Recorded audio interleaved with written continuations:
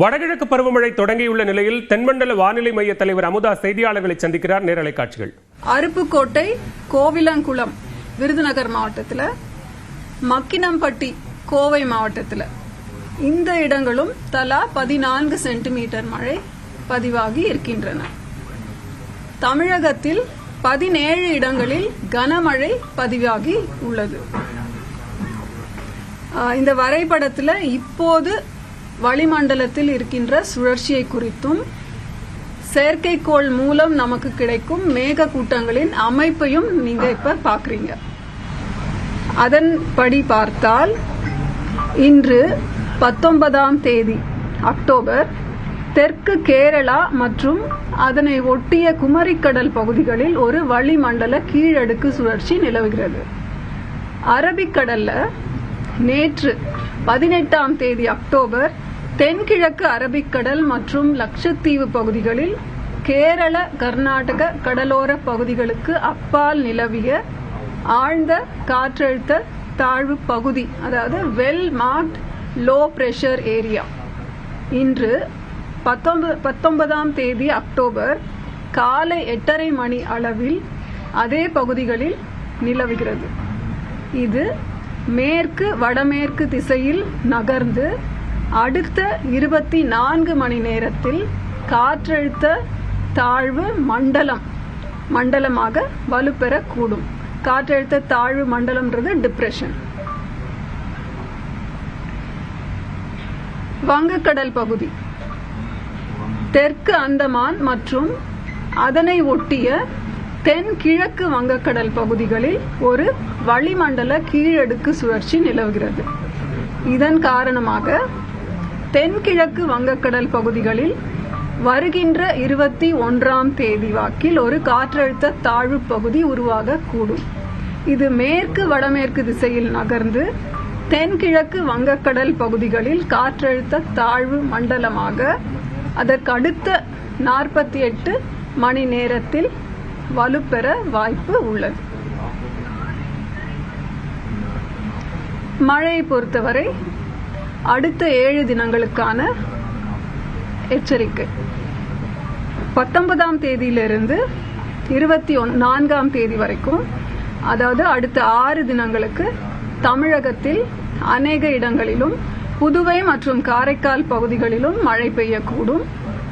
25ஆம் தேதி தமிழகத்தில் ஒரு சில இடங்களிலும் புதுவை மற்றும் காரைக்கால் பகுதிகளிலும் மழை பெய்யக்கூடும். கனமழையை பொறுத்தவரை அடுத்த 4 நாட்களுக்கு 19லிருந்து 22 அக்டோபர் வரை தமிழகத்தில் ஓரிரு இடங்களிலும் புதுவை மற்றும் காரைக்கால் பகுதிகளிலும் கனமழை பெய்ய வாய்ப்புள்ளது.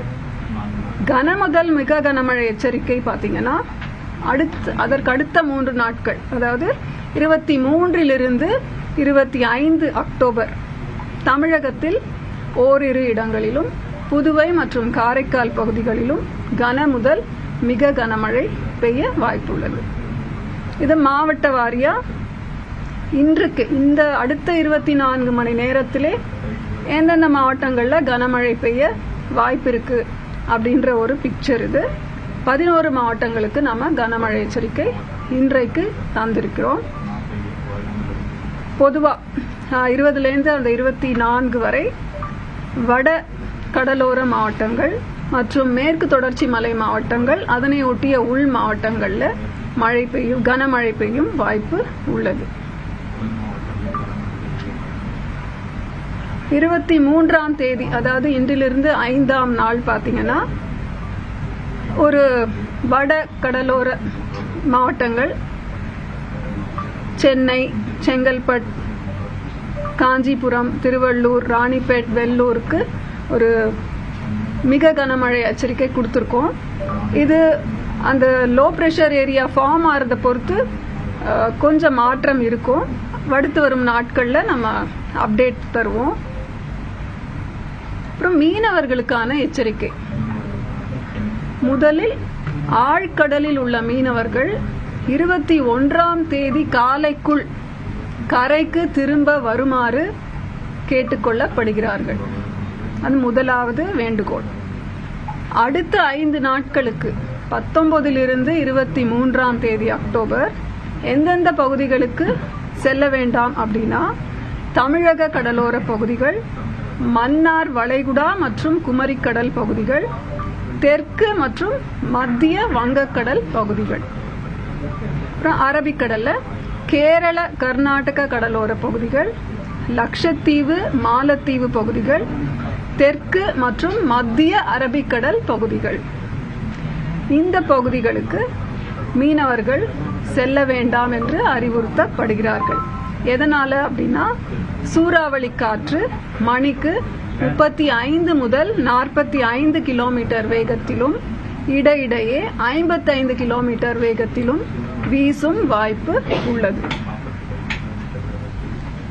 இந்த வரைபடம் எந்தெந்த பகுதிகளுக்கு செல்ல வேண்டாம் அப்படின்ற ஒரு பிக்டோரியல் கிராபிக்ஸ், மீனவர்களுக்கான எச்சரிக்கை. சென்னையை பொறுத்தவரை ஓரிரு இடங்களில் மிதமான மழைக்கு வாய்ப்புள்ளது. அடுத்த 2 நாட்களுக்கு அதிகபட்ச வெப்பநிலை 27 to 28 டிகிரி செல்சியஸும் குறைந்தபட்ச வெப்பநிலை 24 டிகிரி செல்சியஸை ஒட்டியும் இருக்கக்கூடும். இடி மின்னலுடன் கூடிய மழை பெய்யும் வாய்ப்பு உள்ளது. ஒரே நேரத்துல அரபிக்கடல், வங்காள விரிகுடா 24 மணி நேரத்துல அரபிக்கடலையும் வங்காள விரிகுடா 48 மணி நேரத்துலயும் இருக்கு. ஸோ தாழ்வு மண்டலத்தினால எந்த அளவுக்கு கனமழை இருக்கும், இல்ல சைக்ளோனா மாறுறதுக்கு வாய்ப்பு? இப்போதைக்கு நம்ம அரபிக்கடல் டிப்ரெஷன் ஆகிறதுக்கு வாய்ப்பு இருக்குன்னு சொல்லியிருக்கோம். அதே மாதிரி வங்கக்கடல்ல இருக்கிறது காற்றழுத்த தாழ்வு பகுதியாகவே 21ஆம் தேதி தான் உருவாவதற்கான வாய்ப்பு உள்ளது. அதற்கு அப்புறம் டிப்ரெஷன், காற்றழுத்த தாழ்வு மண்டலமாக வலுப்பெறதுக்கு வாய்ப்பு இருக்குன்னு சொல்லியிருக்கோம். மேற்கு வடமேற்கு திசையை நோக்கி நகர்ந்து இப்போதைக்கு closely monitoring the system. So நம்ம அலர்ட்ஸ் கொடுத்துட்டே இருப்போம்.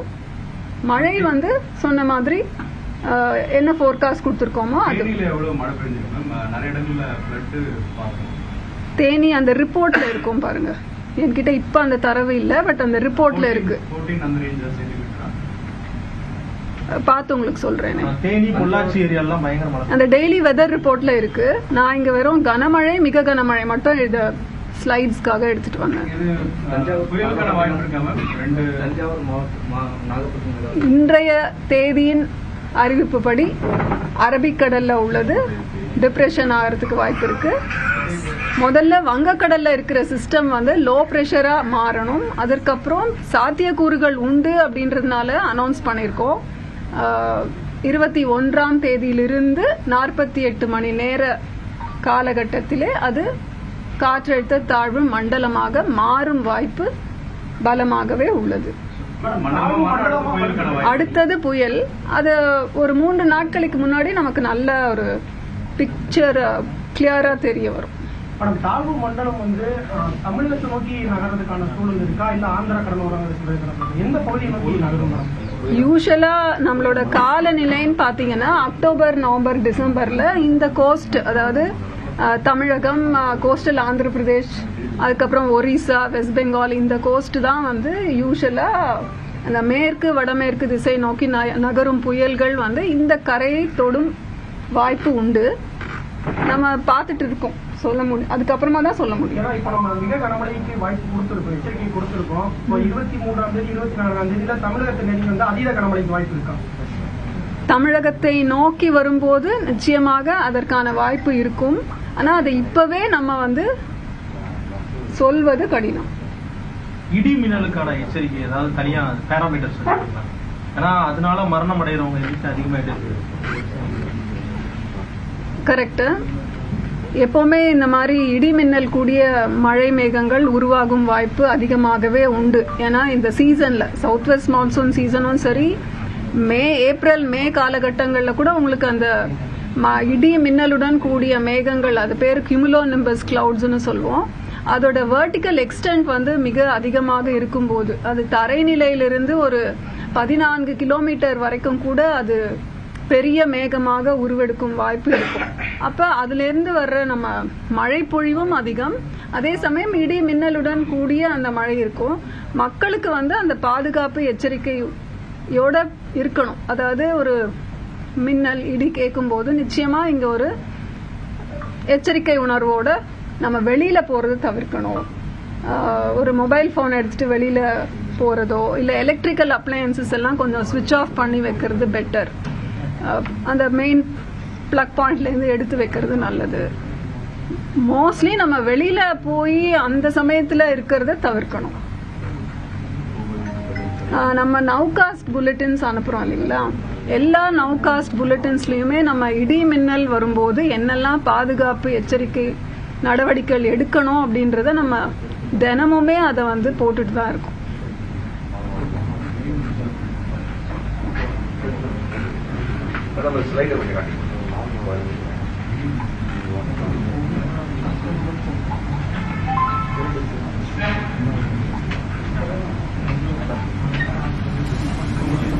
இன்னொரு இதுல இருந்து இல்லைங்களா, இந்த லோ பிரஷர் ஏரியா அப்படின்றது இருக்கிறதுலே லோயஸ்ட் கேட்டகரி. அதுக்கப்புறம் வெல் மார்க்டு லோ, ஆழ்ந்த காற்றழுத்த தாழ்வு பகுதி. அதுக்கப்புறம் டிப்ரெஷன், அதுக்கப்புறம் டீப் டிப்ரெஷன், அதுக்கப்புறம் சைக்ளோனிக் ஸ்டார்ம், அதுக்கப்புறம் சிவியர் சைக்ளோனிக் ஸ்டார்ம். அது மாதிரி போயிட்டே இருக்கும். அதனால நம்ம இப்போதைக்கு டிப்ரெஷன் ஸ்டேஜ் வரைக்கும் சொல்லியிருக்கோம்.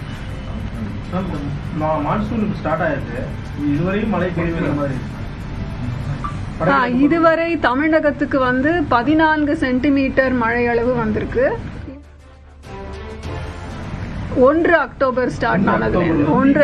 காலநிலை பிரகாரம் நம்ம 1 அக்டோபரிலிருந்து 31 டிசம்பர் வரைக்குமான அந்த 3 மாத காலத்துல உங்களுக்கு எவ்வளவு மழை பொழிவு வருதோ அதை தான் வடகிழக்கு பருவமழை நாள் வரும் மழைன்னு எடுத்துக்கிறோம். ஸோ அப்படி பார்த்தா இன்றைக்கு வரைக்கும் நமக்கு 14 சென்டிமீட்டர் மழை அளவு கிடைச்சிருக்கு.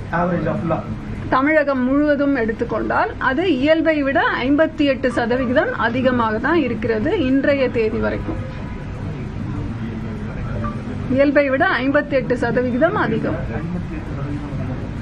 தமிழகம், புதுவை மற்றும் காரைக்கால் பகுதிகளுக்கு. 20%. அதுவும் நம்ம வெப்சைட்ல அப்லோட் பண்ணியிருக்கோம். அது 20%. வடகிழக்கு பருவமழை தொடர்பான பல்வேறு தகவல்களை வானிலை ஆய்வு மைய தென்மண்டல தலைவர் அமுதா நேரலையில் வழங்க கேட்டு